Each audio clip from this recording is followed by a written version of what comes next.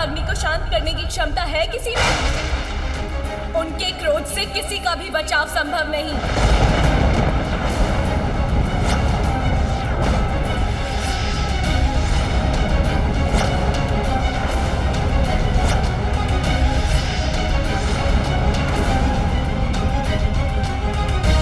मैं उचित कह रही हूँ ना यमराज? आपको तो स्मरण होगा, भक्त मार्कंडे के जब आप प्राण हरने गए थे तो आपसे महादेव के प्रति दृष्टता हुई थी और उन्होंने आपके साथ क्या किया था?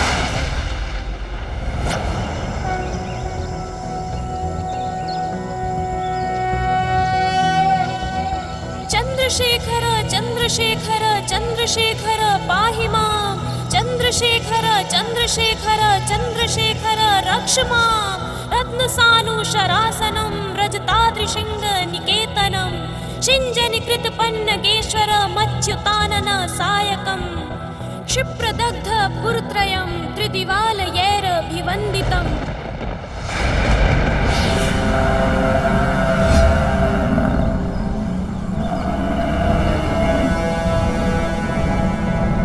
बालक, मृत्युलोक में तुम्हारा समय समाप्त हुआ।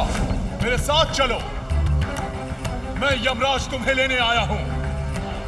अपना ये मंत्र जाप रोक कर बाहर आओ और अपनी मृत्यु के लिए प्रस्तुत हो जाओ।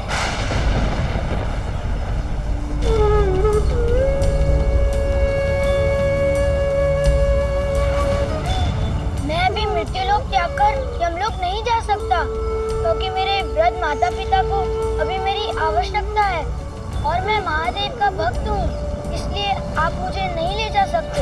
महादेव ने ही मुझे ये कार्य सौंपा है बालक। ये आयु संपूर्ण होने के पश्चात मैं सभी को मृत्यु प्रदान करूं। समय आने पर मुझसे किसी का भी बचाव संभव नहीं है, फिर वो शिव भक्त हो या विष्णु भक्त। मेरे समक्ष तो सभी विवश हो जाते हैं बालक। इसीलिए अब मेरा समय व्यर्थ मत करो और अपना हठ त्याग कर शीघ्र बाहर आओ। तुम्हें क्या लगता है बालक, यदि तुम बाहर नहीं आए तो मैं तुम्हें अपने साथ लेकर जाने में विफल हो जाऊंगा? मेरा ये पाश अब तुम्हारे प्राण बाहर खींच लाएगा।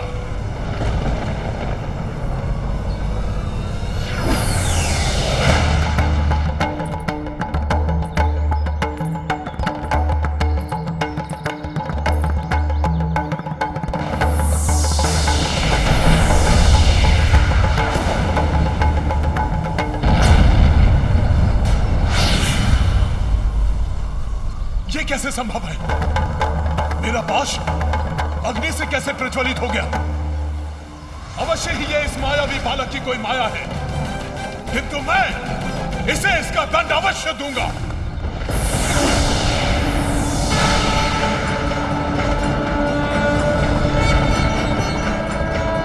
यमराज ने अपने पाश से शिवलिंग अर्थात मेरे स्वामी को स्पर्श करने का दुस्साहस कैसे किया?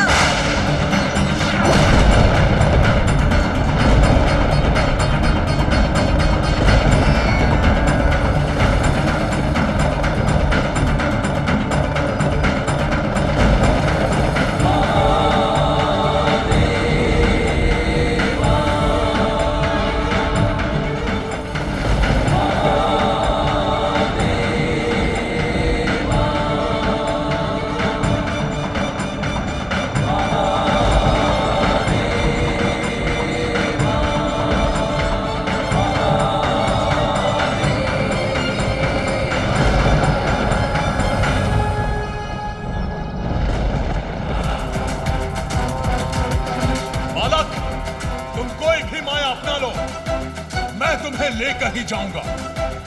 तुम्हारी मृत्यु ही तुम्हारी नियति है।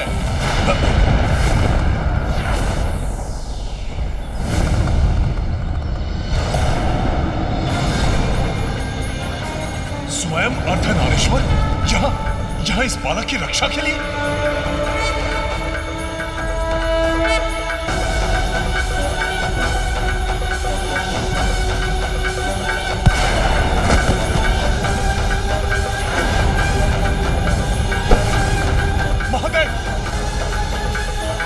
महादेव अपना त्रिशूल वापस ले लीजिए, अन्यथा अनर्थ हो जाएगा। मृत्यु का देवता ही मृत्यु को प्राप्त हो जाएगा। महादेव, महादेव! आपके पार्थिव शरीर के समीप एकत्रित होकर इन सभी देवताओं ने देवी पार्वती से आपके पुनर्जीवन की प्रार्थना की थी, ताकि सृष्टि का क्रियाकलाप सुचारू रूप से चलता रहे। तब देवी पार्वती ने शांत होकर आपको पुनर्जीवन दिया। किंतु आज स्वयं उनके पुत्र का अंत हुआ है। अब उनका क्रोध कैसा विनाश करेगा, ये भला कौन कह सकता है?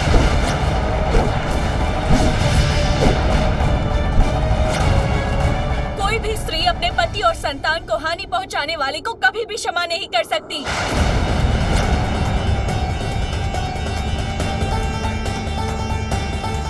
शीघ्र ही देवी पार्वती यहाँ पहुंचेंगी, फिर कौन संभालेगा उन्हें?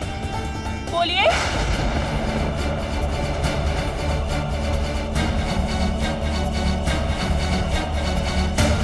हे भोलेनाथ, हमें ज्ञात नहीं था कि ये बालक कौन था। देवराज, आपको ज्ञात नहीं था कि ये देवी पार्वती का पुत्र था, किंतु मुझे तो ज्ञात था ये कौन है।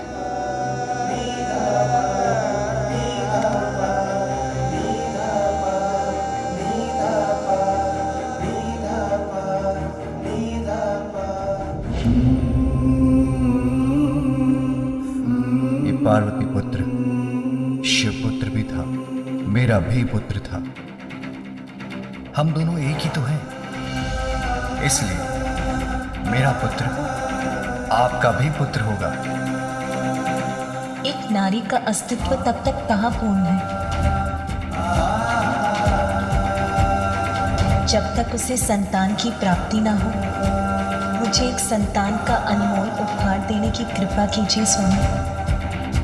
ऐसा दुर्भाग्य है ये मेरा, मुझसे मेरे मातृत्व का अधिकार छीन लिया इन देवताओं ने।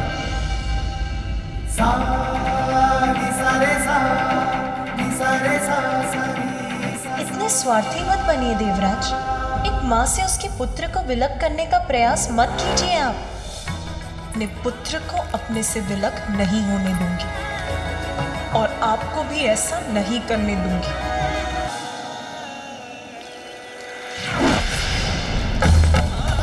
व्रत आपको अकेले ही करना होगा। इतने लंबे समय तक मेरे साथ से वंचित रहने का कष्ट उठा सकेंगी आप? यदि पुण्य व्रत के लिए ये आवश्यक है तो ये भी सहूंगी मैं।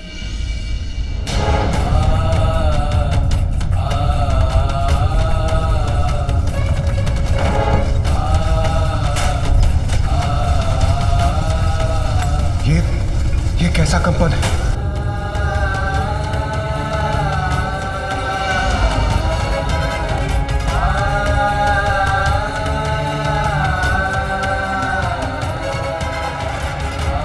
स्थिरता के प्रतीक है महादेव।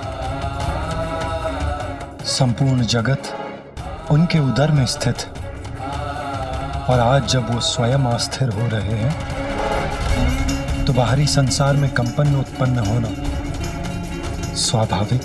और यह स्थिरता मात्र कैलाश तक ही सीमित नहीं रहेगी। यदि इसका कोई समाधान नहीं निकला तो यह स्थिरता संपूर्ण ब्रह्मांड को प्रभावित करेगी। हम देवताओं को यहाँ नहीं ठहरना चाहिए, हमारा यहाँ रहना उचित नहीं। रुक जाइए। देवी पार्वती से भागकर कहाँ छिपेंगे आप? ऐसा कौन सा स्थान है इस संसार में जहाँ तक भी आपकी दृष्टि जा सकती है और ये संपूर्ण सृष्टि जिनमें समाहित है? उन देवी पार्वती से इस सृष्टि के किसी भी कोने में छिपा नहीं जा सकता। आदि शक्ति होते हुए भी देवी पार्वती अपनी शक्तियों को भुलाकर एक साधारण गृहिणी के समान अपना जीवन बिता रही हैं। किंतु जब उन्हें ज्ञात होगा कि उनके पुत्र का वध हो चुका है तो उन्हें अपनी शक्तियों का स्मरण करने में अधिक समय नहीं लगेगा और तब उनका प्रचंड क्रोध जागृत होगा। उनके क्रोध का सामना करने का साहस तो रखिए देवगण, क्योंकि इस अनर्थ के घटने में दोष आप सभी देवताओं का है।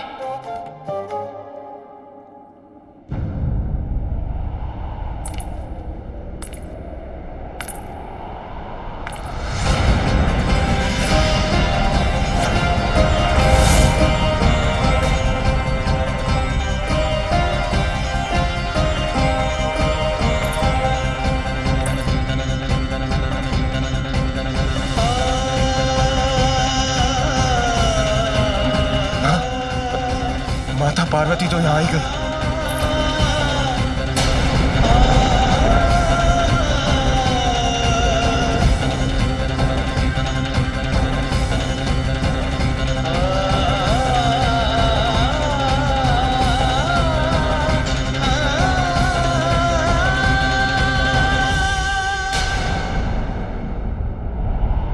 मेरा पुत्र कहीं दिखाई नहीं दे रहा है। कहाँ छिपा है वो?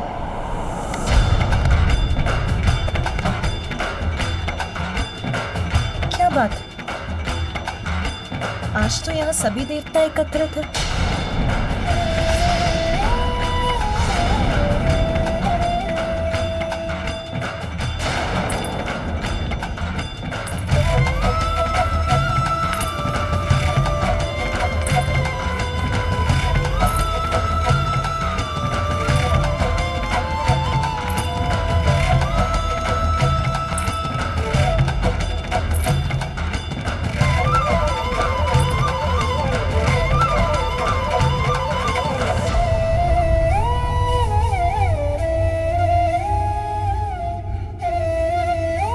ब्रह्मदेव और नारायण भी यही है।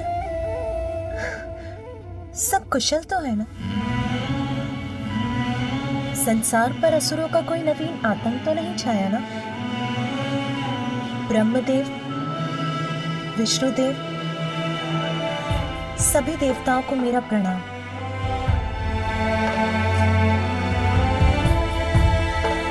संकट आए भी तो भयभीत होने की क्या आवश्यकता है? आप सभी मिलकर किसी भी संकट के निवारण का उपाय सोच ही लेंगे।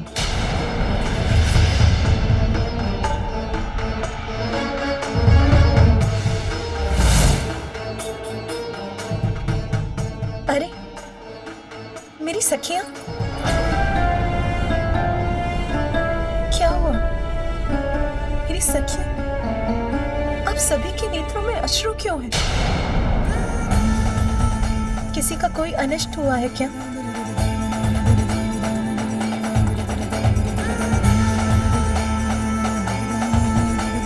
आप सब यहाँ, सबके मुख पर दुख का भाव, इसका कारण क्या है? ये मुझे कोई नहीं बता रहा। अवश्य कोई बड़ी घटना घटी है। मेरा हृदय व्याकुल हो रहा है। कोई शीघ्र बताइए मुझे, क्या हुआ है? आपको कैसे बताएं देवी पार्वती? जो हुआ है उसे जानकर आपको कितनी अपार पीड़ा होगी। अपनों ने ही आपके हृदय पर ऐसा आघात किया है।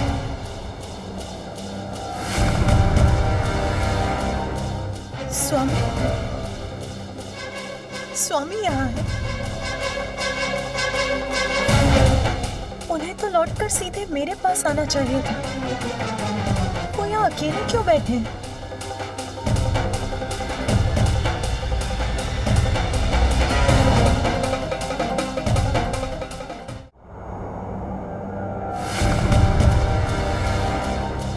स्वामी,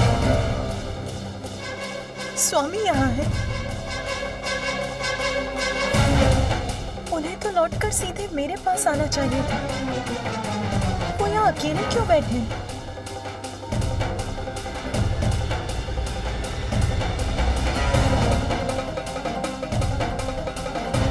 और मेरा पुत्र, पुत्र कहाँ है? पुत्र, वो दिखाई क्यों नहीं दे रहा? स्वामी, आप ही कुछ बताइए।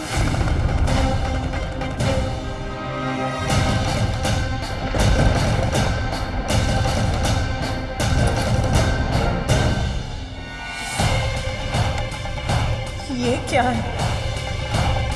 किसकी आकृति है ये? कौन पड़ा है यहाँ भूमि पर? अब सत्य उजागर होकर ही रहेगा, उसे और नहीं छिपाया जा सकता।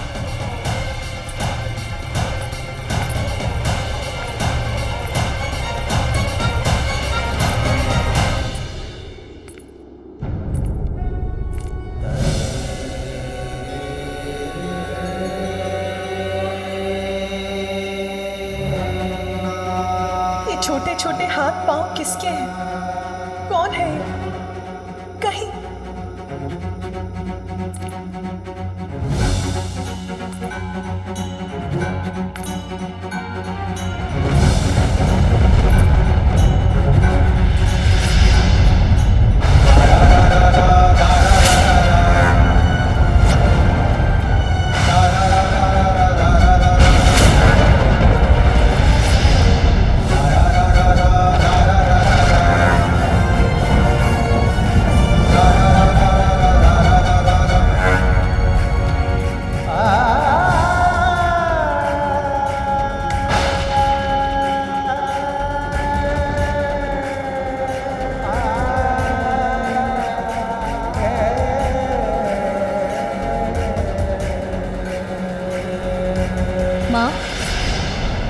सेवा करने, आपको सुख देने आया हूँ।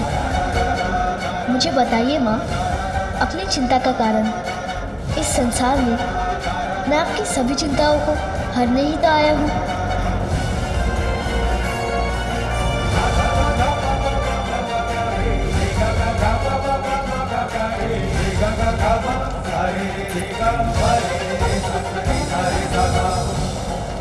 माँ, मैं आपको छोड़कर कभी कहीं नहीं जाऊंगा, सदा आपके साथ ही रहूंगा। मैं ये वचन देता हूँ।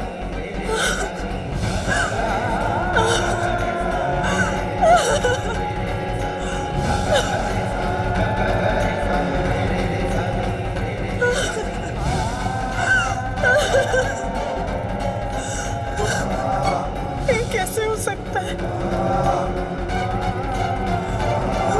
मेरा पुत्र, जिसका जीवन अभी प्रारंभ भी नहीं हुआ था, उसका अंत कैसे हो सकता है? स्वयं नारायण के वरदान से प्राप्त मेरा पुत्र मुझे अपनी माँ को छोड़कर कैसे जा सकता है?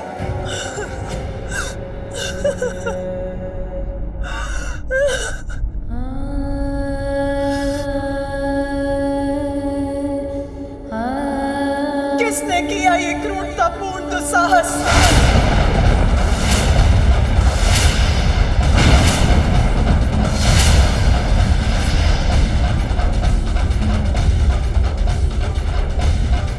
किसने वश किया मेरे पुत्र का?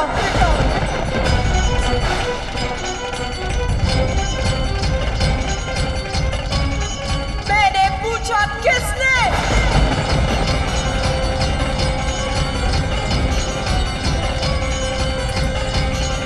बताइए मुझे, मेरे पुत्र का वध करने का दुस्साहस किसने किया?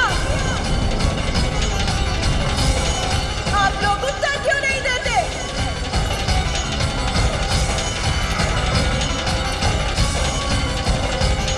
कौन है जिसने ये अपराध किया? कौन था जिसने मेरे पुत्र का अंत किया?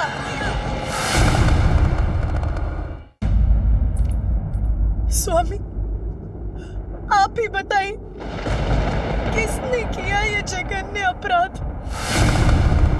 किसने विलग किए मेरे पुत्र के शरीर से उसके प्राण?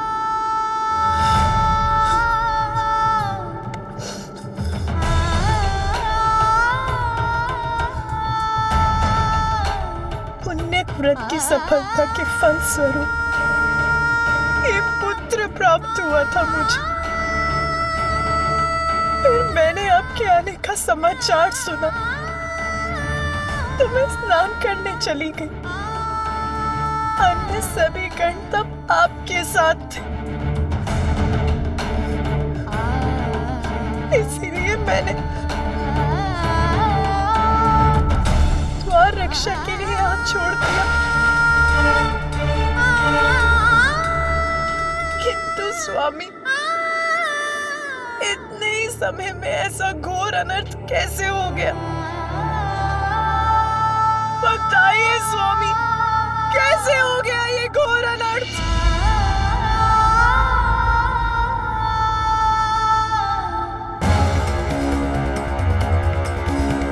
किस दुष्ट का कृत्य है ये?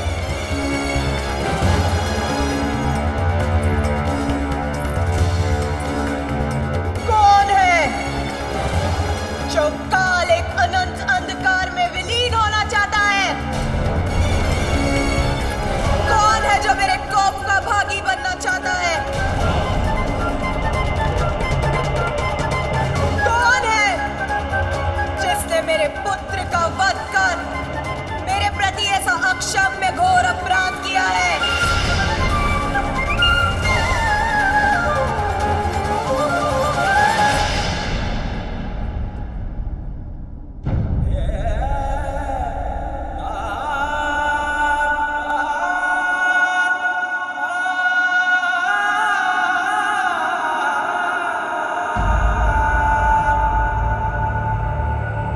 तुम्हारा अपराधी मैं हूं पार्वती। मैंने ही तुम्हारे पुत्र का वध किया है।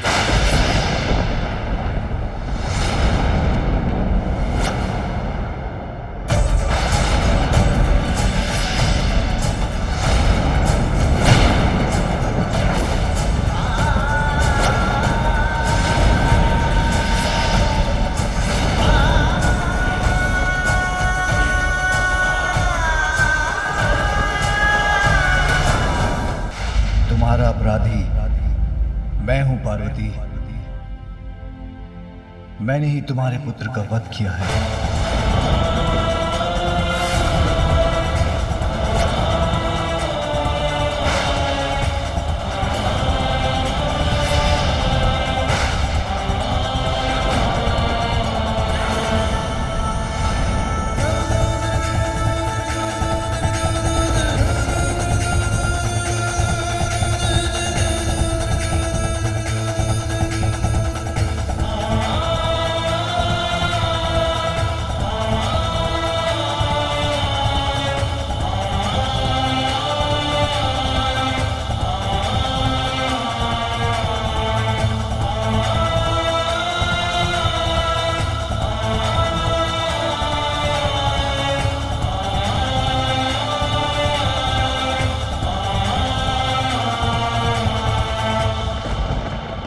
तुम्हारा अपराधी मैं हूं पार्वती।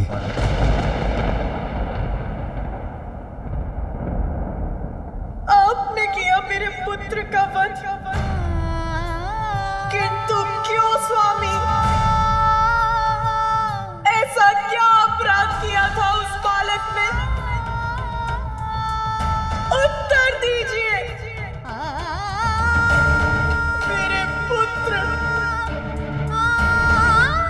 उस अबोध बालक को प्राणदंड क्यों दिया आपने?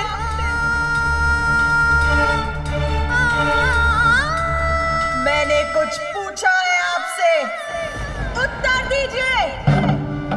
मां का हृदय पुत्र की मृत्यु का कारण समझाने पर भी कहां समझ सकेगा मां?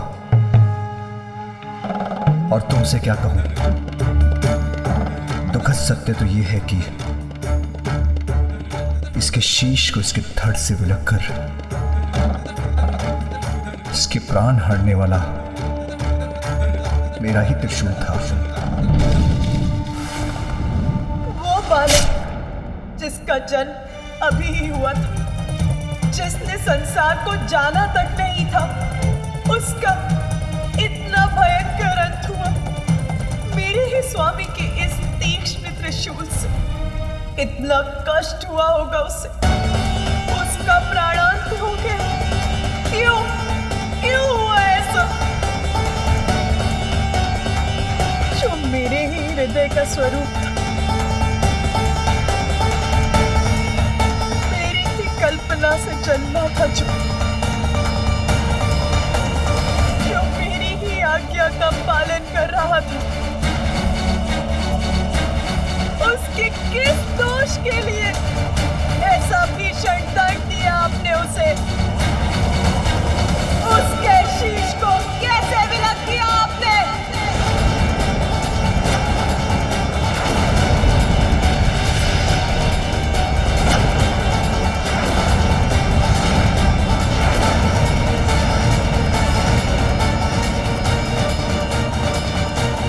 माता महाशक्ति का क्रोध जागृत हो रहा है।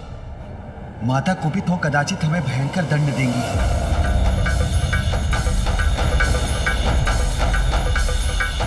जो हुआ वो अत्यंत कष्टप्रद है मां, किंतु नियति के चक्र से तो मैं भी मुक्त नहीं। ये मैं तुम्हें कैसे समझाऊं? हमें क्षमा कर दे माता। माता, हमसे बहुत बड़ी भूल हो गई। माता, हमें नहीं ज्ञात था कि ये बालक आपका पुत्र है। माता, इसने हमें और प्रभु को भी भीतर प्रवेश करने से रोक दिया था। ठहर जाइए, किसी को भी भीतर जाने की अनुमति नहीं। माता, जब उसका विरोध कर भीतर प्रवेश करने का प्रयास किया तो उसने हम सभी को पराजित कर हमारी दुर्दशा कर दी। परंतु माता उसमें दोष हमारा ही है। वो प्रभु ने तो मात्र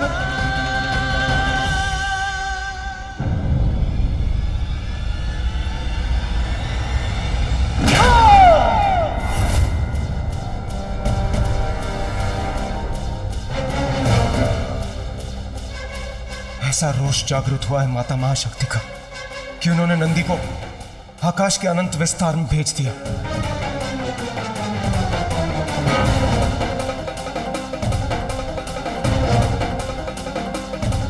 किसी को भीतर नहीं जाने दिया ना मेरे पुत्र ने। आप सभी के अनुसार ये था उसका अपराध।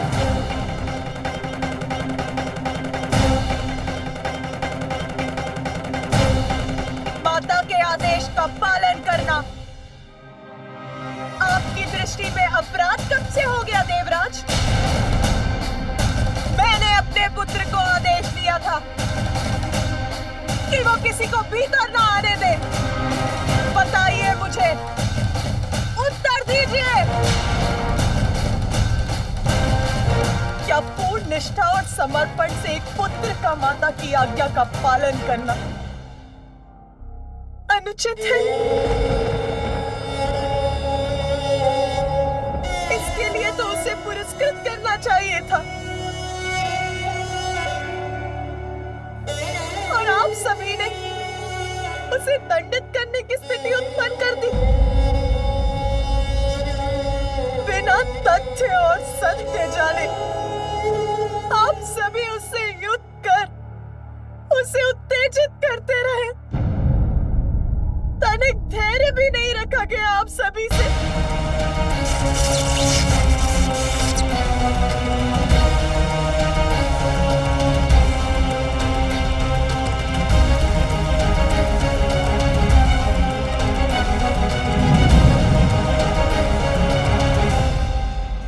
सभी देवता एक साथ होकर एक बालक पर अपना शौर्य प्रदर्शित करते रहे। पुत्र को अपने प्राण देकर अपनी माता की आज्ञा का पालन करने के लिए विवश कर दिया आप सभी ने। क्यों किया ऐसा?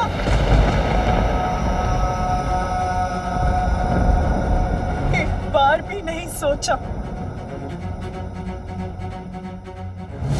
कि जिस असाधारण बालक ने आपको भवन में जाने से रोक दिया, जिसने अपनी शक्ति से आप सभी देवताओं को परास्त कर दिया, वो कौन हो सकता है? और यदि उसने आपको रोक ही दिया था तो थोड़ी प्रतीक्षा ही कर लेते। मैं अपना स्नान और अन्य कार्य कर यहाँ आने ही वाली थी, तब आप सभी से उसका परिचय करा देती। किंतु देवताओं का अहंकार ये कैसे स्वीकार करता कि एक अल्पायु बालक उनकी शक्ति को ललकारने में सक्षम हो रहा है? बताइए मुझे, महादेव या उनके गढ़ों के भीतर न जाने से सृष्टि की किस महत्वपूर्ण लीला में बाधा आ रही थी? एक बालक से संघर्षरत हो गए आप सभी देवता। क्या यही है आपका पराक्रम?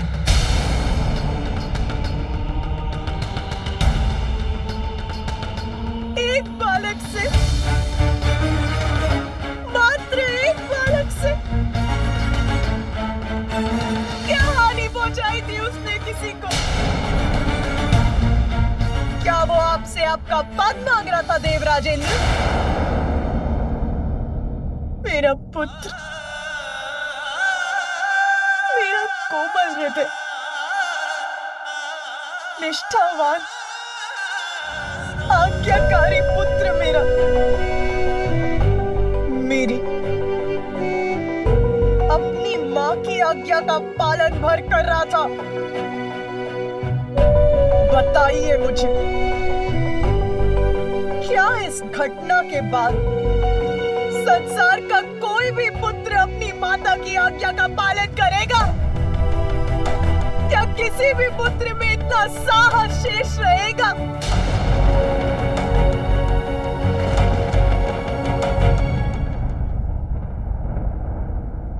आपको ज्ञात है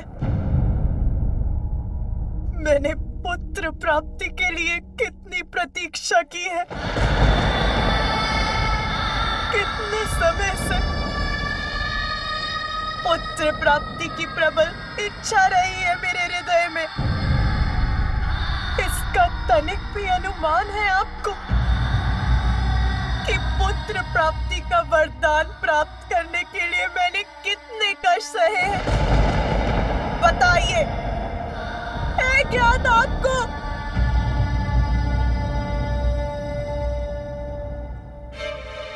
आदि शक्ति हूँ मैं, आदि शक्ति हूँ मैं, आदि शक्ति हूँ मैं। वो आदि शक्ति जो उस समय सती के रूप में भी मैं सदा आपकी ही प्रार्थना में लीन रही, अपने पिता श्री प्रजापति दक्ष के विरुद्ध गई ताकि आपके साथ हमारा विवाह हो सके। सती, ये कदापि नहीं हो सकता। मैं तुम्हारा विवाह उस शिव बैरागी से कदापि नहीं होने दूंगा। अनेकों कष्ट सहे, तब कहीं जाकर ब्रह्मदेव की सहायता से हमारा विवाह हुआ, परंतु उस विवाह के बाद भी मेरे कष्ट कम नहीं हुए। पिताश्री द्वारा आपको यज्ञ में ना बुलाए जाने के पश्चात आपके सम्मान की रक्षा के लिए मुझे अपने प्राणों की आहुति तक देनी पड़ी।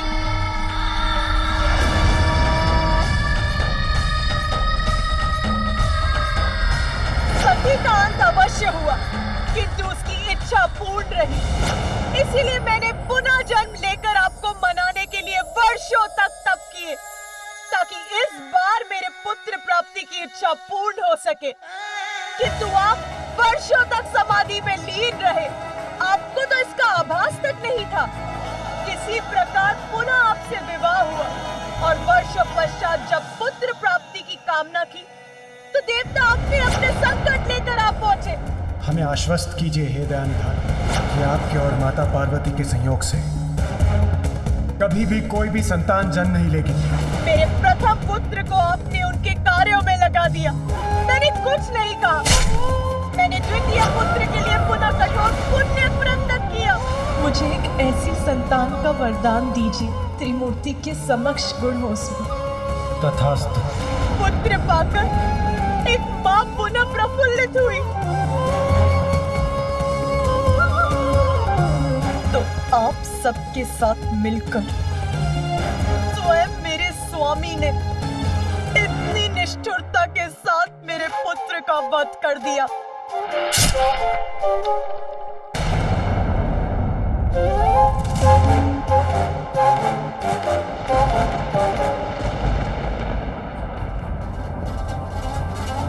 स्वामी, आपका त्रिशूल तो इसीलिए है ना कि उसका प्रयोग कर आप दुष्ट जनों से अपने भक्तों और अपनों की रक्षा कर सके, और आपने उसी से अपने पुत्र का वध कर दिया।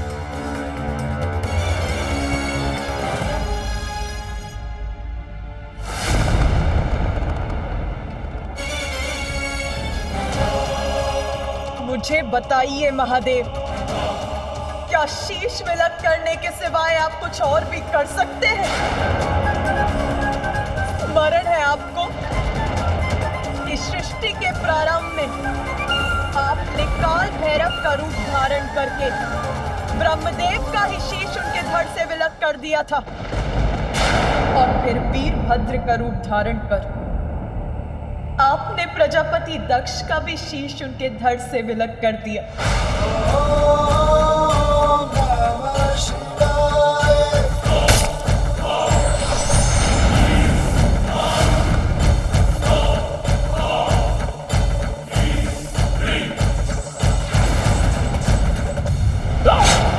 किंतु इस बार तो आप सभी सीमाएं लांघ गए। आपके जिस पुत्र को आपका स्नेह प्राप्त होना चाहिए था, आपने उसी पुत्र का शीश उसके शरीर से विलग कर दिया।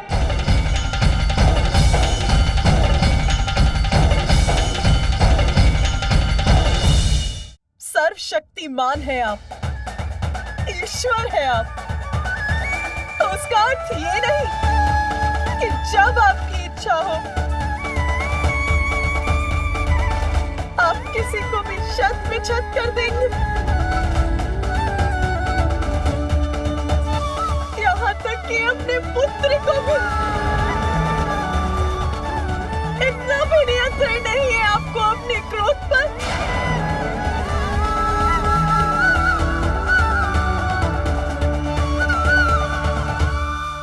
मुझे मेरा पुत्र पुनः चाहिए।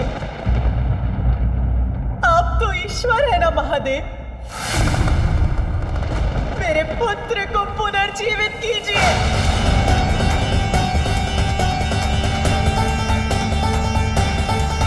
उससे पुनः उठकर मुझे मां कहने के लिए कहिए। कुछ करिए महादेव, कुछ करिए।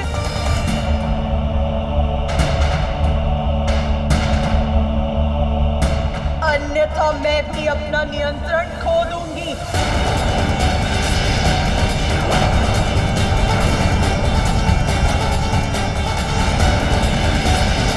मेरा पुत्र, मेरा प्रिय पुत्र, मेरे सृजन से उत्पन्न हुआ मेरा पुत्र। क्यों महादेव, क्यों क्यों किया आपने ऐसा? क्यों?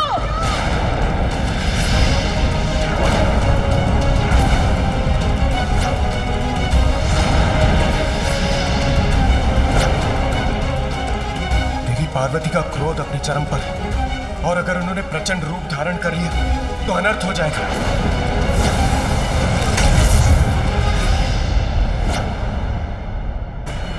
यदि आप उसे जीवन देना नहीं चाहते तो मैं जीवित करूंगी उसे।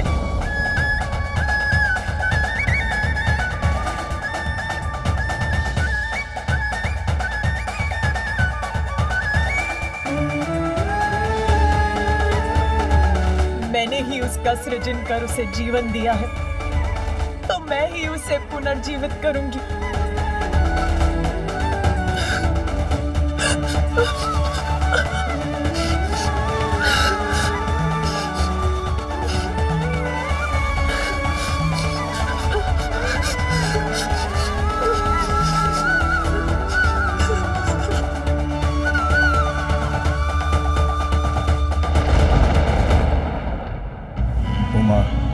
कैसे समझाऊं तुम्हें? तुम्हारे समस्त प्रयास निरर्थक हैं।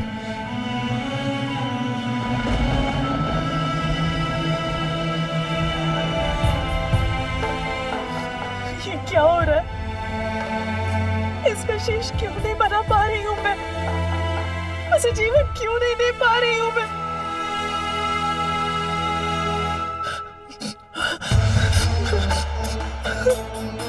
उसके शीश की बस को एकत्रित कर रही हूँ तो वो बिखर क्यों जाती है?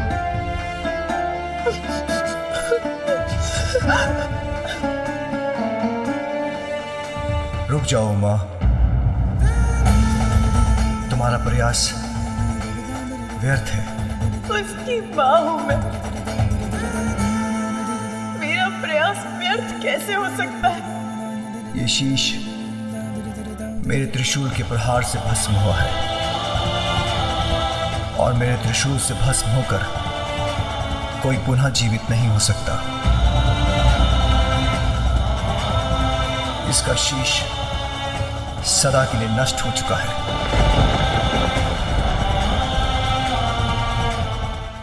ये शीश मेरे त्रिशूल के प्रहार से भस्म हुआ है, और मेरे त्रिशूल से भस्म होकर कोई पुनः जीवित नहीं हो सकता। इसका शीश सदा के लिए नष्ट हो चुका है। तो सब कुछ नष्ट हो जाएगा। यदि मेरा पुत्र जीवित नहीं हो सकता तो संसार भी शेष नहीं रहेगा। ऐसी विनाश लीला उत्पन्न करूंगी मैं।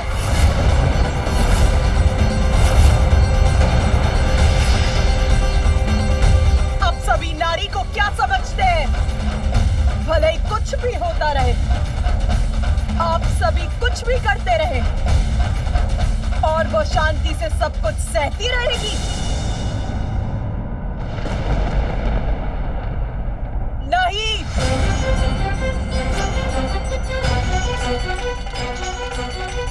नारी संसार को जन्म दे सकती है तो उसको मिटा भी सकती है।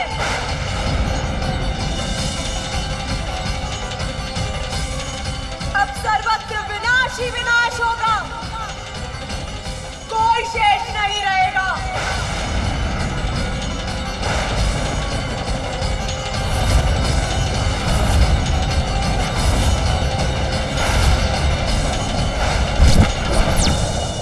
महादेव, देवी पार्वती का उग्र होना संसार के लिए उचित नहीं। उन्हें रोकिए। यदि वो महादेव के कहे को अनसुना कर दे तो आप ही उन्हें समझाइए प्रिय। अब समझने की आवश्यकता देवताओं को है स्वामी, जिनकी दृष्टि में पार्वती पुत्र का कोई महत्व नहीं था। इस संहार लीला में मैं भी देवी पार्वती के साथ हूँ।